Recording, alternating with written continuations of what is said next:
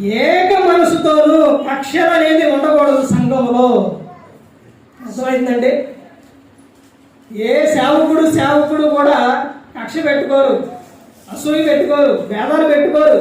కొన్ని పరిస్థితుల వల్ల కొన్ని దూరంగా ఉంటారు. కానీ పొరపాటులో కూడా కక్షలు అసూయలు అనేది ఉండవు. ఎందుకనంటే సేవకులైనా విశ్వాసులైనా లోకం విడిస్తే ఎక్కడికి వెళ్ళాలి? ఎక్కడ ఉండాలి? పరలోకంలో ఉండాలి, దేవునితో పాటు ఉండాలి. మరి ఇప్పుడు కక్షలో అసూయలు పెట్టుకుంటే అక్కడ రానిత్తరా? ఆడ చోటు ఉందా? లేదు. అందుకనే పెట్టుకోరు. అందుకనే సంఘానికి కూడా చెబుతున్నారు, మీలో కక్షలు ఉండకూడదు. అలా ఉంటే పరలోకానికి చేరరు.